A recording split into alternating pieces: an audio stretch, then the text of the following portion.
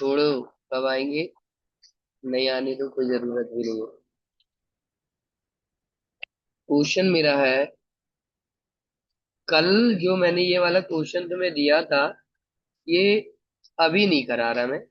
Gravitation में हम जब लास्ट में पहुंच जाएंगे, मीन नाइन्थ लेवल के अच्छे खासे क्वेश्चन कर लेंगे, या बोल सकते हो थोड़े से बढ़िया क्वेश्चन कर लेंगे, तब इस टाइप का मैं क्वेश्चन कराना स्टार्ट करूंगा। ये 11th का कॉन्सेप्ट है। हालांकि इसमें डिफरेंशिएशन वगैरह आता है। क्या डिफरेंशिएशन तुम लोगों ने नाम नहीं सुना होगा, आई थिंक, है ना? तो इसलिए मैं इस क्वेश्चन को अभी छोड़ दे रहा हूँ। ऐसा नहीं है, कराऊंगा नहीं, बाद में कराऊंगा। अभी मेरा क्वेश्चन है तुम्हारे साथ, तुम्हारे पास क्वेश्चन है, अ gravitation,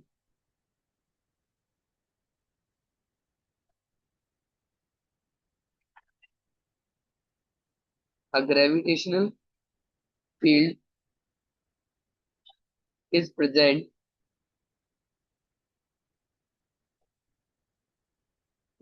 in a region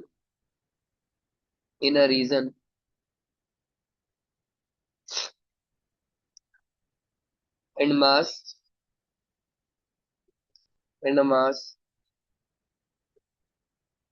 is shifted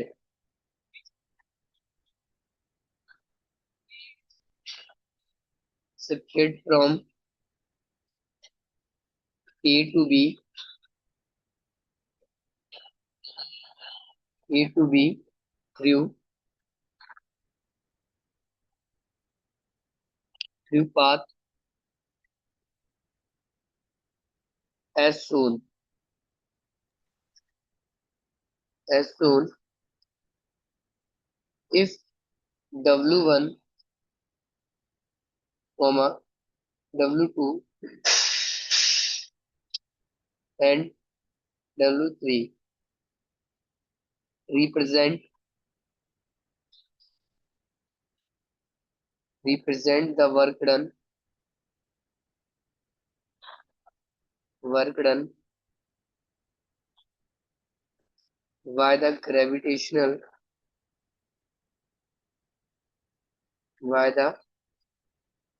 gravitational force along the the respective path, then तो मैं डायग्राम बना के दे दे रहा हूँ। मान लो ये पॉइंट ए है और ये पॉइंट बी है। ये एक ये पाथ है, मान लो।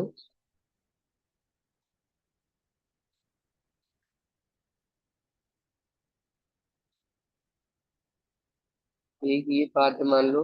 इस पाथ को मैंने टू दिया नाम।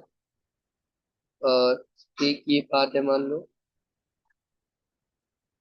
ये पाथ मान लो मैंने थ्री दिया। और एक पाथ ये है। इस पाथ को मैंने नाम दिया वन। मैं तुम्हें क्वेश्चन समझा दे रहा हूँ। क्वेश्चन क्या कह रहा है हमारा, ध्यान से समझना। बहुत अच्छा क्वेश्चन है, बहुत प्यारा क्वेश्चन है। क्वेश्चन में बोला है ग्रेविटेशनल फील्ड।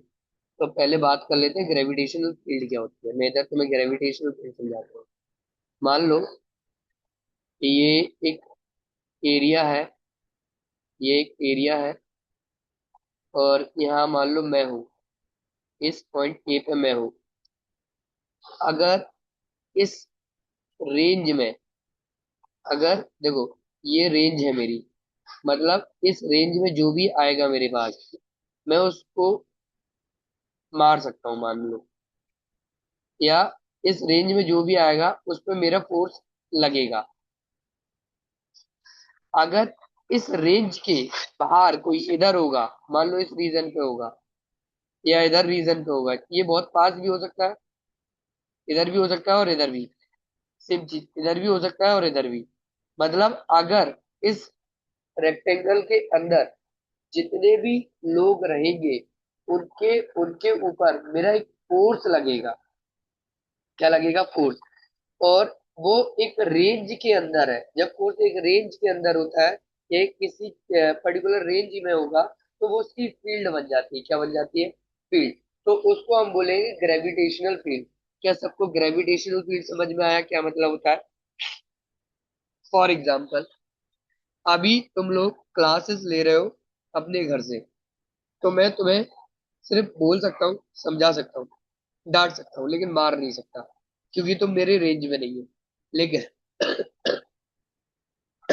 लेकिन अगर तुम क्लास में बैठ के रियल क्लास जैसे ऑफलाइन क्लास लेते, तो मैं तुम्हें वहां मार भी सकता था, डांट भी सकता था।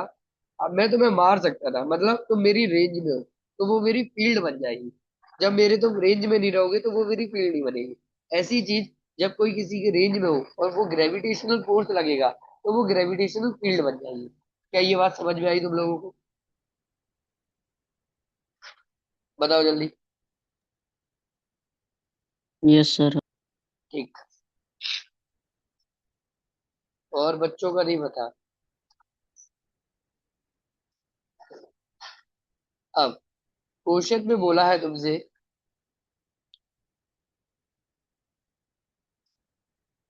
कि gravitational field is present, gravitational field present है इन अ रीजन, रीजन अ मास ए। ठीक है, इन अ रीजन एंड अ मास, एक रीजन में कोई मास बॉडी है जिसको शिफ्ट किया गया है, कहाँ से कहाँ, A to B, through the path, एक पाथ से शिफ्ट किया गया है। तो ये तीन तुम्हारे पास पाथ है, एक ये वाला पाथ है, और एक ये तुम्हारे पास पाथ है, और एक ये तुम्हारे पास पाथ है। ये तीन पाथ है जिसमें शूट इफ work done one, work done two, और वर्क डन थ्री। ये रिप्रेजेंट कर रहे हैं किसको, वर्क डन, जो W1 W2 और W3 है, ये रिप्रेजेंट कर रहे हैं इसको। देन द ग्रेविटेशनल फोर्स, जो ग्रेविटेशनल फोर्स होगा अलोंग द रिस्पेक्टिव पाथ, तो इसमें क्या होगा, वर्क डन मेरा क्या होगा? ऑप्शन दे दे रहा हूं मैं तुम्हें कि work done one is greater than work done 2 and work done 2 is greater than work done 3। बिना तुक्का मत देना भाई, मैंने इसमें रीजन पढ़ाया था स्टार्टिंग में।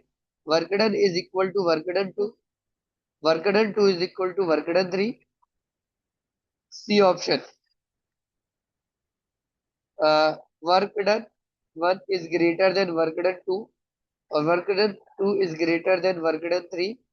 डी है none of these, none of these. मैं रीजन पूछूंगा इसमें, बताओ भाई क्या होगा। और उसका लेट मत हुआ करो। Yes sir.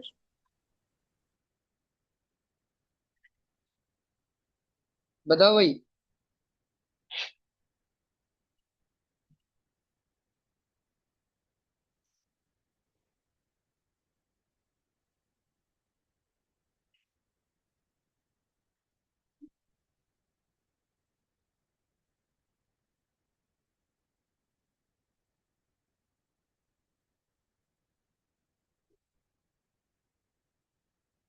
बताओ भाई।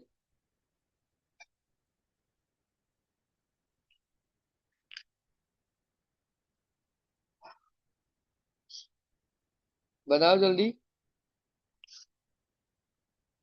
मैंने आप लोगों से आंसर पूछा, आप लोगों को शांत होने को नहीं बोला। बेटा यही टाइम है, दिमाग चला लो। तो 11th में इनके सिलेबस चेंज हो चाहे कुछ हो, हम फिजिक्स से डर हटा लेंगे अपना। अगर एक बार हमें क्वेश्चन दिमाग चलने लगा, तो हमारी चीज ये जो है, इससे फ्री हो जाएंगे। जल्दी बताओ भाई।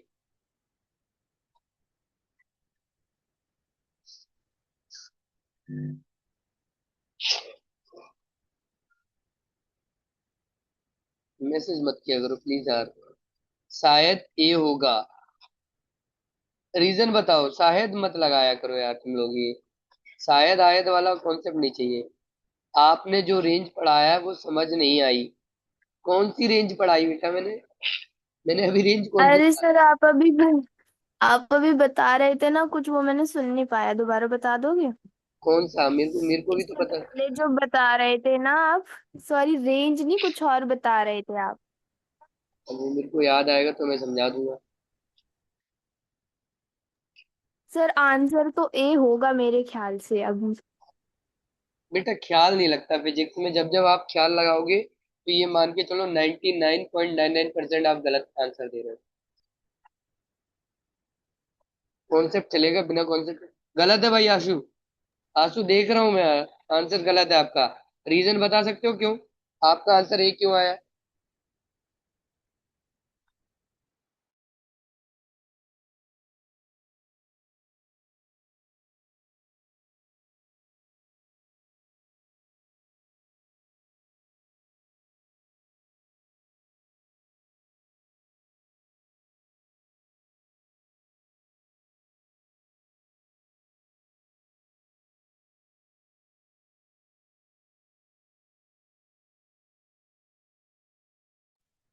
आप बता दो सर, समझ नहीं आया।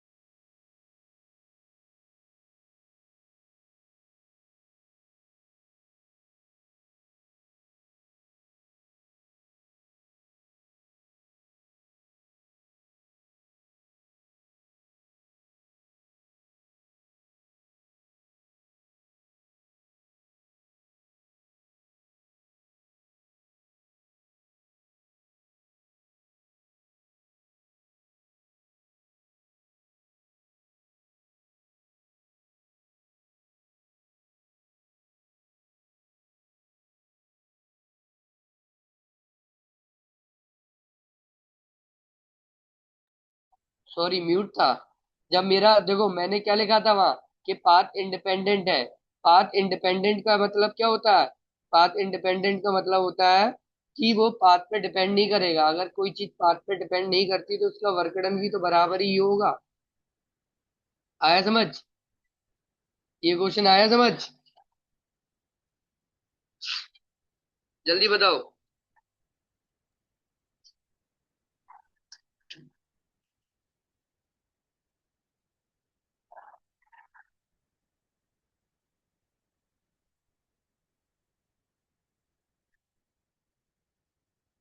आना तो जवाब दो भाई। देखो वर्क डन पाथ पे डिपेंड नहीं करता होता। अगर वर्क अगर कोई चीज पाथ पे डिपेंड नहीं करती तो उसका वर्क डन भी जीरो। वर्क डन भी जो होगा वो बराबर ही होगा। नेक्स्ट क्वेश्चन दे रहा हूँ। वर्क डन तो उस पे डिपेंड होती है ना सर, इस पे। डिस्टेंस मतलब डिस्प्लेसमेंट पे। हाँ तो भाई जब देखो उसका मेन रीजन क्या है? ए से निकला, बी पे पहुंच गया। उसे नहीं मतलब वो ए से चले, वन पाथ नंबर वन से जाए, चाहे पाथ नंबर टू से जाए, चाहे पाथ नंबर थ्री से जाए। जब इनका पाथ ही डिपेंडेंट नहीं है, मतलब वो पाथ पे ही डिपेंड नहीं करता, वो किस पे डिपेंड कर रहा है कि मैं ए से निकला बी पे निकला, ए से निकला बी पे पहुंचा। एक ही रास्ता है जो ए से जा रहा है बी पे जा रहा है। अब उसे नहीं मतलब कि वो मैं चाहे एक रास्ते से जाऊं, चाहे दूसरे वाले से जाऊं, चाहे तीसरे से जाऊं। इससे मतलब है कि वो उसकी फाइनल पोजीशन क्या है और उसकी इनिशियल पोजीशन क्या है। इन दोनों से मतलब है। जब इन दोनों से मतलब होगा तो उसका वर्क डन भी बराबर ही होगा बेटा तीनों केस में। अब समझ आ गया सर। आ गया? हाँ।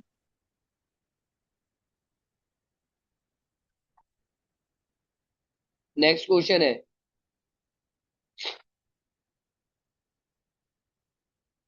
हम बहुत आराम से कर रहे हैं क्वेश्चन। क्यों कर रहे हैं? क्योंकि अगर फिजिक्स सीख जाओगे तो आगे दिक्कत नहीं आएगी। Find ratio ratio of gravitational gravitational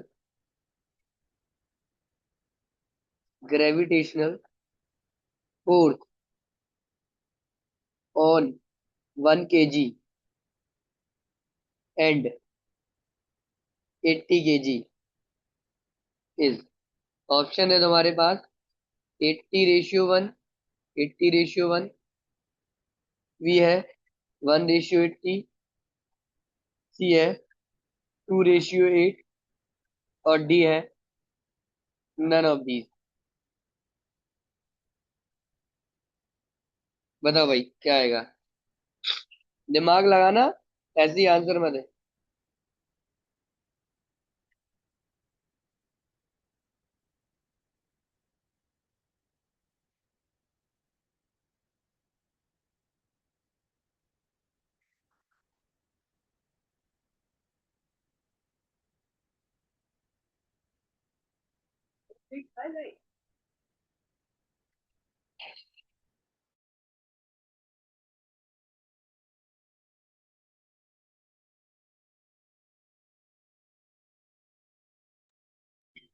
बताओ भाई।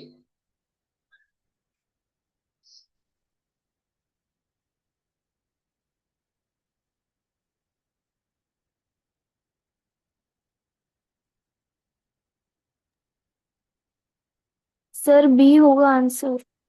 कैसे भी होगा। सर ग्रेविटेशनल फोर्स का फॉर्मूला होता है G m1 m2/r²। तो दोनों में तो मतलब मास दिया हुआ है, मतलब एक मिनट, सॉरी सॉरी, एक मिनट। भाई इतने लोग बैठे हो, थोड़ा दिमाग चलाओ, फैन चलाओ तो आंसर आएगा, क्यों नहीं आएगा। तुम लोग अगर मेरे भरोसे बैठे हो कि तुम सोचो कि मेरे से पढ़ने से कुछ सीख पाओगे, तो नहीं। ऑटोमेटिक तुम्हें अपना दिमाग यूज करना पड़ेगा। मैं ये एक अप्रोच दूंगा कि तुम्हें सोचना कैसे, डेवलप कैसे करना है अपने आप को। बस इतना ही कर सकता हूँ मैं। सर सुनो। हाँ बोलो। फोर्स का फॉर्मूला होता है ma, तो यहाँ पे ग्रेविटेशनल हाँ। फोर्स है तो mg हो जाएगा। तो मास वन दिया, मतलब एक, मतलब मास ऑब्जेक्ट ए का 1 है और दूसरे ऑब्जेक्ट का 80 है, तो रेशियो निकालेंगे तो रेशियो में फोर्स 1/फोर्स फोर्स 2 हो जाएगा, तो 1/80 हो जाएगा। अच्छा। गलत है। गलत है।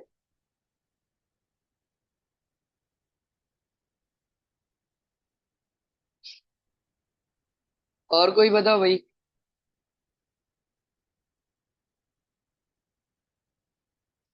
देखो,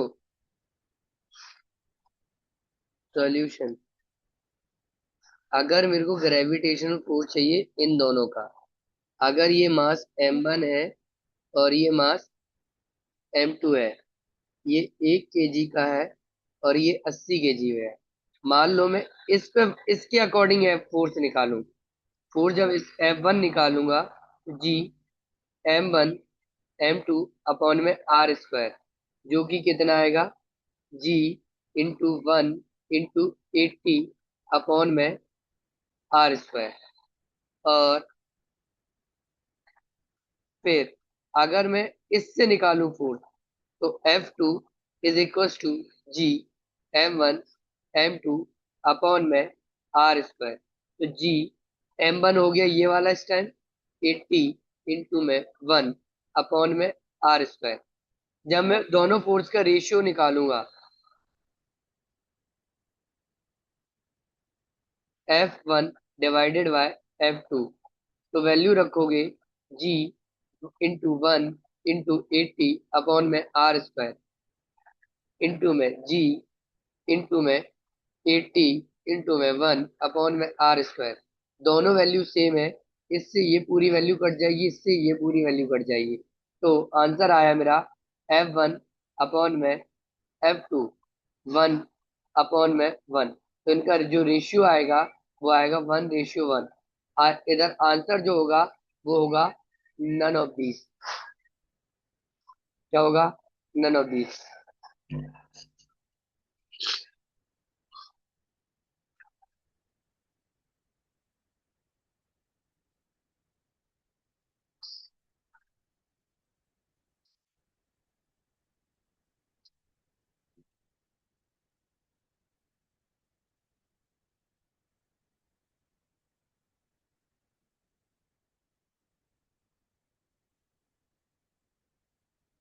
बताओ भाई, आया समझ? देखो, अप्रोच डेवलप करना सीखो। बहुत टाइम है हमारे पास, खासकर सीबीएसई वाले जितने भी जुड़े हो, उनसे मेरा कहना ये है। मेरा तुम लोगों से यही कहना है, अगर अप्रोच अभी डेवलप कर लोगे, बहुत टाइम है। बार बार बोलता हूँ, अगर 2 महीने पहले भी बैठे हो पढ़ने बोर्ड के लिए, तब भी बहुत टाइम रहता है हमारे पास। अब मैं नेक्स्ट क्वेश्चन तुम्हें दे रहा हूँ, उम्मीद करता हूँ। देखो, थ्योरी तुम्हें पढ़नी पड़ेगी, थ्योरी समझनी पड़ेगी, जो मैं वक्त करा रहा हूँ इनको लिखो, सॉल्व करो, पेन चलाओ। ठीक है? जब ये करोगे तो क्वेश्चन समझ में ऑटोमेटिक आएगा। अच्छा, एक क्वेश्चन है मेरा।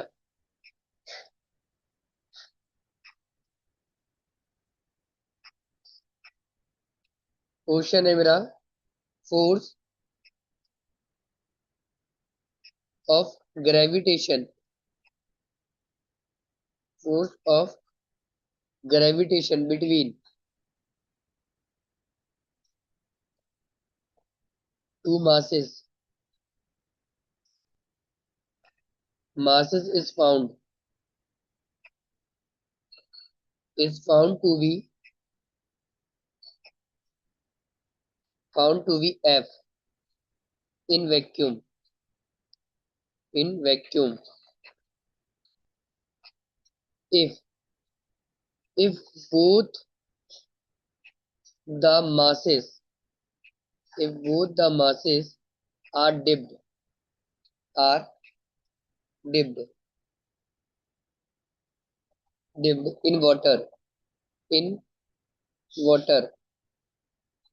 at same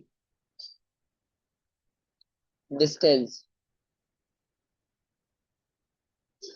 distance then new force will be, जो नया फोर्स होगा वो कितना होगा, बताओ। मैं क्वेश्चन समझा रहा दे रहा हूँ, ध्यान से देखो।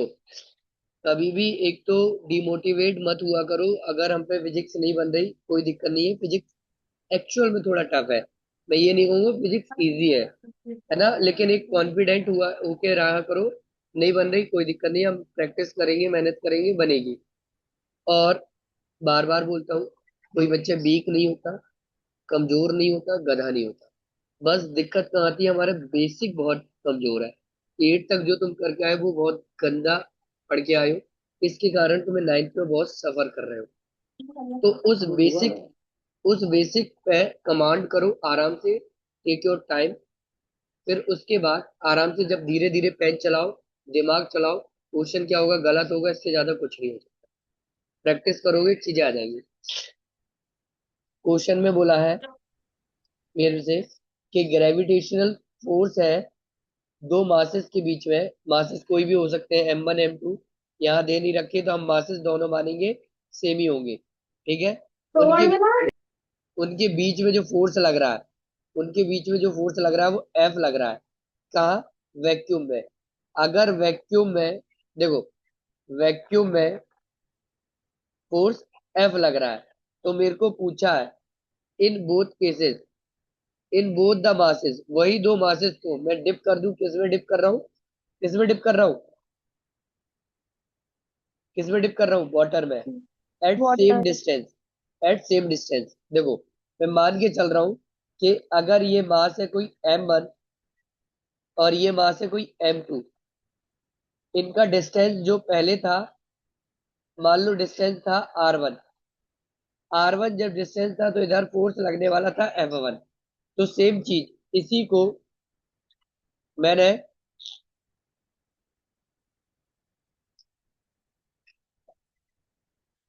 मान लो इसी को मैंने यहाँ रखा। अब इधर मैंने इसका डिस्टेंस मैंने चेंज नहीं किया, और इस पे जो फोर्स लगा F2। अब इसको मैंने एक कंटेनर में डिप कर दिया। मान लो ये एक कंटेनर है जिसमें डिप कर दिया। अब इस कंटेनर में रखा है वाटर। तो अब मेरे से पूछा है कि बताओ जो नया फोर्स होगा वो क्या होगा, क्या होगा नया फोर्स? बताओ, क्वेश्चन पढ़ लो, दिमाग लगाओ।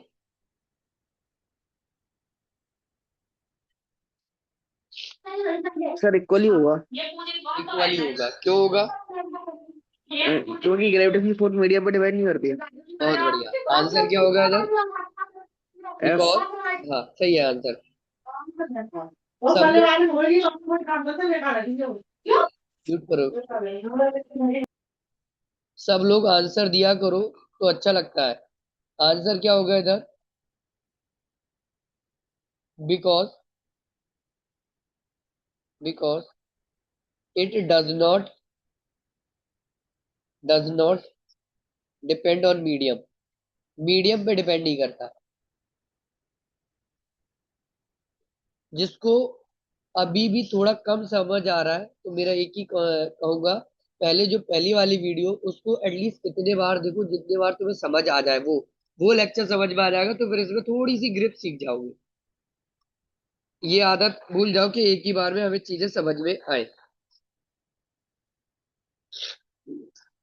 एक और क्वेश्चन दे रहा हूं मैं। उम्मीद करता हूं कि करने की कोशिश करोगे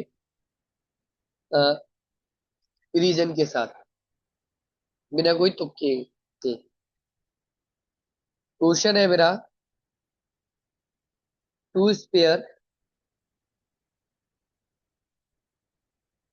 to spare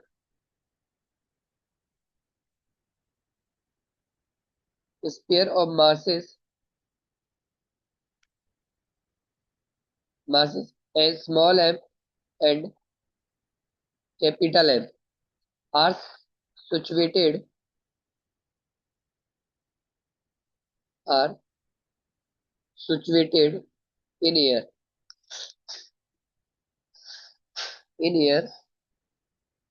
and the gravitational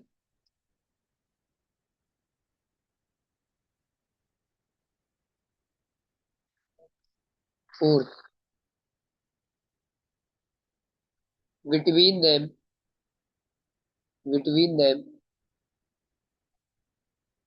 them is F. The the space around the space around the masses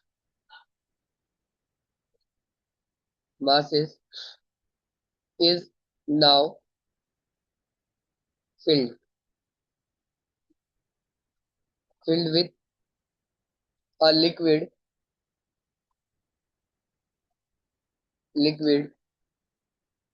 of specific density.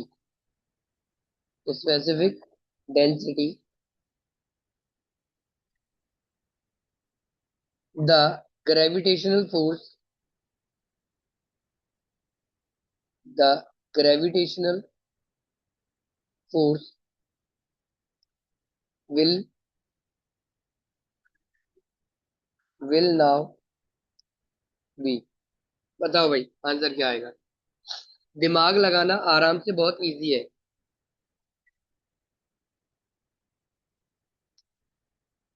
Anushka, एक तो लेट मत होना कभी, और दूसरी बात, अच्छा ठीक ठाक पोटेंशियल है, उसको डेवलप करो, प्रैक्टिस करो, क्लासेस को देखो, रिकॉर्डेड लेक्चर देखो, खुद से पेन चलाने की कोशिश करो। एक बार दिक्कत आई, 4 बार दिक्कत आई, यकीनन मानो आने वाले टाइम में इंटरेस्ट भी आएगा और सब्जेक्ट पे कमांड भी होगी। आ रहा समझ?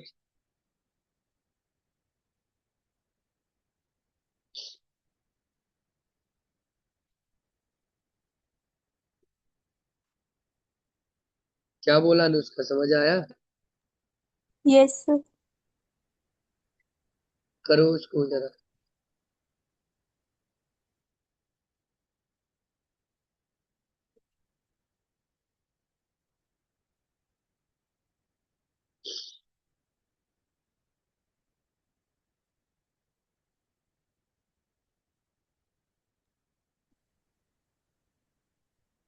तो मम्मी खैर भैया बोला था।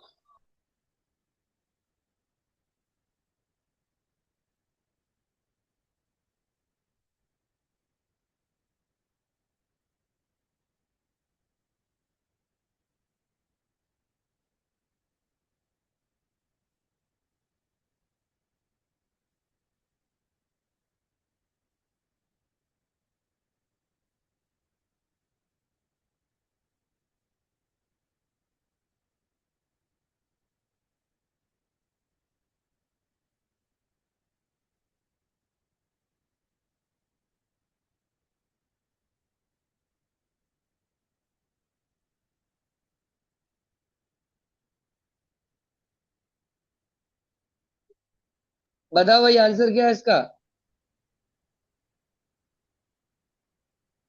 देखो कुछ नहीं है, सिंपल क्वेश्चन है, उसी को घुमा के पूछ लिया मैंने। समझाता हूँ, समझो। सॉल्यूशन। स्पीयर है, मान लो एक स्पीयर ये है जिसका मास है एम स्मॉल है, और एक स्पीयर ये है जिसका मास है कैपिटल एम। अब बोला है सिचुएटेड इन अ ईयर। मान लो ये जो प्रेजेंट है वो ईयर प्रेजेंट है, क्या प्रेजेंट है, ईयर। ये जो प्रेजेंट है वो ईयर है। तब इसका फोर्स था कुछ एफ, ठीक है। The space around the masses is now field. अब इस ईयर में मैंने मान लो कुछ चीज फिल कर दी, है ना, कुछ चीज ये मान लो फिल करके रख दी। अब इनको मैंने फिल कर दिया, स्पेसेस अराउंड।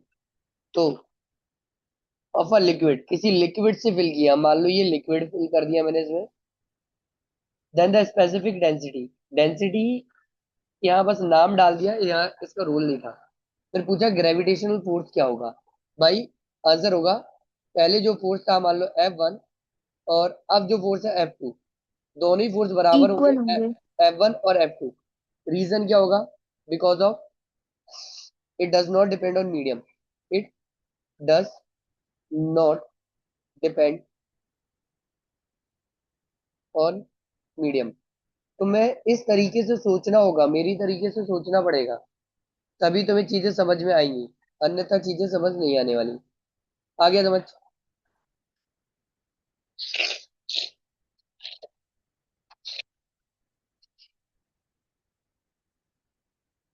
बताओ जल्दी।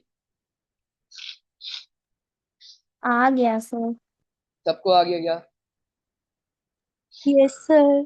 तुम्हारा काम होगा 15 मिनट में, अभी जो 9:15 से क्लास होगी उसमें इनको अच्छे से प्रैक्टिस करोगे, और जो नोट्स हैं उनको रिवाइज करोगे, चाहे यूट्यूब से करो, चाहे खुद से नोट्स खुद से बनाना, नोट्स खुद से बनाओ, रिवाइज करो। अगले 9:15 में मैं रिलेशन पढ़ाऊंगा स्मॉल जी और कैपिटल जी। फिर इन्हीं पे मैं 2-3 क्लास इन्हीं पे रखूंगा, क्वेश्चन क्वेश्चन की सोचा है, जिससे थोड़ी एक पोटेंशियल जनरेट हो तुम लोगों के अंदर। आगे समझ, आगे समझ। Yes sir. पलक समझ आ रहा है, पलक। हाँ हाँ। सुबोध तुम्हें आ रहा है। Yes sir. अब हम इसमें थोड़ा सा टिपिकल लेवल भी घुमाते चलेंगे, बेसिक क्वेश्चन भी रखूंगा मैं, और थोड़ा सा टफ, थोड़ा सा फिर इजी, फिर टफ फिर इजी, मतलब दिमाग को अब चलाना स्टार्ट करते हैं धीरे धीरे। इसको देखो, 15 मिनट रिवाइज करो, अच्छे से क्वेश्चन को प्रैक्टिस करो, नहीं आए तो बताओ। फिर एनसीईआरटी, जब मैं बोलूँ एनसीईआरटी लगाओ तब एनसीईआरटी लगाना, एनसीईआरटी कंप्लीट हो जाएगी, कोई दिक्कत नहीं आएगी। सर ये चैप्टर बहुत बेकार है, वर्क वाले चैप्टर से वर्क वाला चैप्टर बहुत ही इजी लगने लगा आपके पढ़ाने के बाद। बेटा ये भी बहुत इजी लगेगा, वर्क में बहुत हद तक मैंने कुछ कराया नहीं है। तुम्हें सोचना है अप्रोच, तुम हमेशा क्वेश्चन करते टाइम ये सोचा करो कि टीचर कैसे सोचता है ये इस क्वेश्चन को। ये अप्रोच डाल लोगे तो बार बार करो, चीजें सीख जाओगे। वो सर हम कैसे सोच पाएंगे कि आप क्या सोच रहे हो। बेटा मैं भी तो इंसान ही हूं ना, क्वेश्चन पढ़ता हूँ ना, नोट्स को मैं ध्यान से देखता हूँ ना, उसको तुम्हें ध्यान देना पड़ेगा, बार बार प्रैक्टिस करने से आएगा।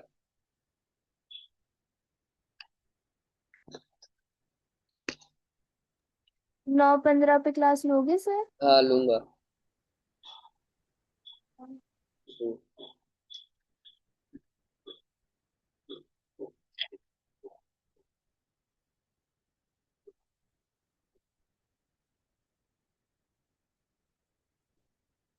खुश रहो प्रांजल, बस मेरी बात है कि तुम सीख जाओ, बस मेरे लिए वही बहुत अच्छी बात है, जिससे तुम्हें कभी बोर्ड में सर दिक्कत नहीं। सबसे